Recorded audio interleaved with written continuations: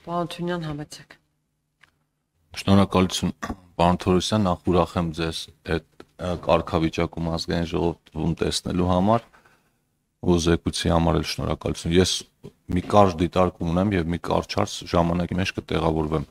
Նախ ուզում եմ ձեր սկզբում նշածին անդրադառնալ ֆինանսների նախարարի հայտարարությանը կենսաթոշակների հետ կապված, ցավոք սրտի այդ խոսքերը բավականին ինտենսիվ մանիպուլացվում ու տարածվում են եւ այն պարզ իրողությունը, որ թոշակների բարձրացումը եթե արվի չմտածված ձևով նախատեսվածից ավել չափով կամ հնարավորությունները հաշվի չառնելով կարող է խնդիրներ ստեղծել, այդ այնքան պարզ բան է, որ ինչպես հայտնի խոսքը ասում է, եթե մարդը վճարվում է չհասկանալու համար, իրան անհնար է որևէ բան հասկացնել։ Իմ կարծիքով մենք ունենք այդ դեպքը եւ ուզում եմ ասել, որ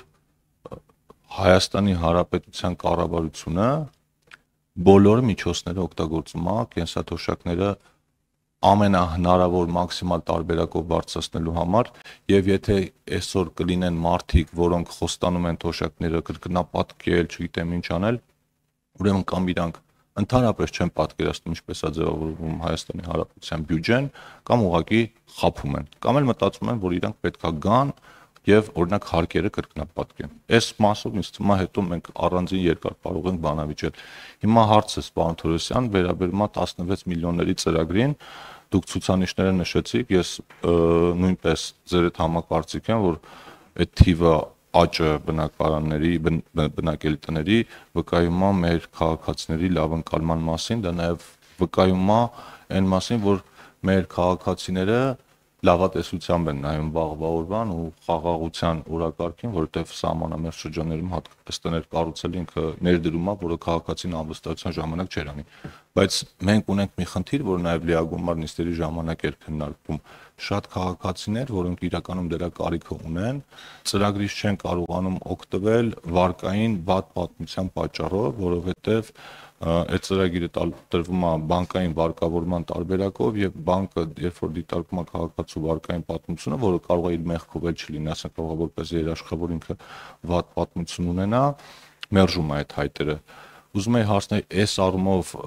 ձեր նախարարությունը կառավարության, կենտրոնական բանկի, առևտրային բանկերի հետ ինչ-որ քննարկումներ ունեցել է։ Շնորհակալություն, պարոն Թունյան, նախ ես կիսում եմ ձեր այդ առաջի դիտարկումը ամբողջությամբ, պետքա պարտադիր նայել եւ տեսնել եւ ոչ թե հակառակը։ Ինչ վերաբերում է կոնկրետ հարցին, տեսեք, բուն 16 միլիոնի շրջանակներում մենք ունենք որոշման փոփոխություն, որ այդքանի շրջանակներում ինքը որևէ կերպ չի խոչընդոտում իր նախկին վարկային պատմությունը ծրագրի շահառու դառնալուն, բայց հաճախ մեր քաղաքացիները եւ դա էլ է լավ, որ իրենք էլ են ավելացնում իրենց կողմից գումար եւ տունը օրինակ եթե 16 միլիոնով կկարողանային կառուցել օրինակ 50 կամ չգիտեմ 60 քառակուսի մետրանոց տուն կամ 100 կամ այնտեղ պայմանական թվեր եմ ասում, իրենք նախընտրում են ավելի մեծ տուն կառուցել եւ այդ մեծ տան կտորի համար իրենք ուզում են հավելյալ վարկ, հավելյալ։ Այո, մեր 16 միլիոնի վրա վարկունակություն չի ազդում, որտեղ մենք ենք կարծես թե երաշխավորը այդ 16 միլիոնի։ Մյուս առումներով էլ այո, իհարկե, եւ թվերը դրա մասին են խոսում, ասենք միայն Տավուշի մարզում 1515 տունը, որը 50%-ից էլ ավելին է, հենց դրա մասին է խոսում, շնորհակալություն։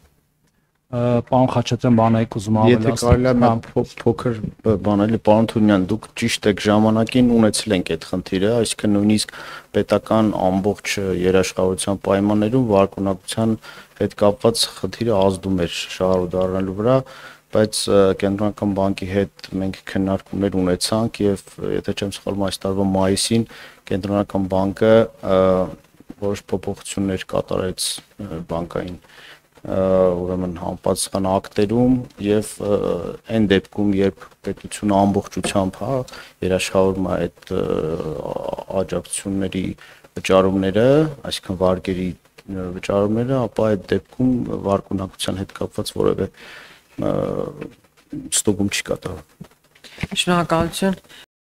Չմոռանաք հավանել տեսանյութը եւ բաժանորդագրվել Civic AM-ի YouTube-յան էջին։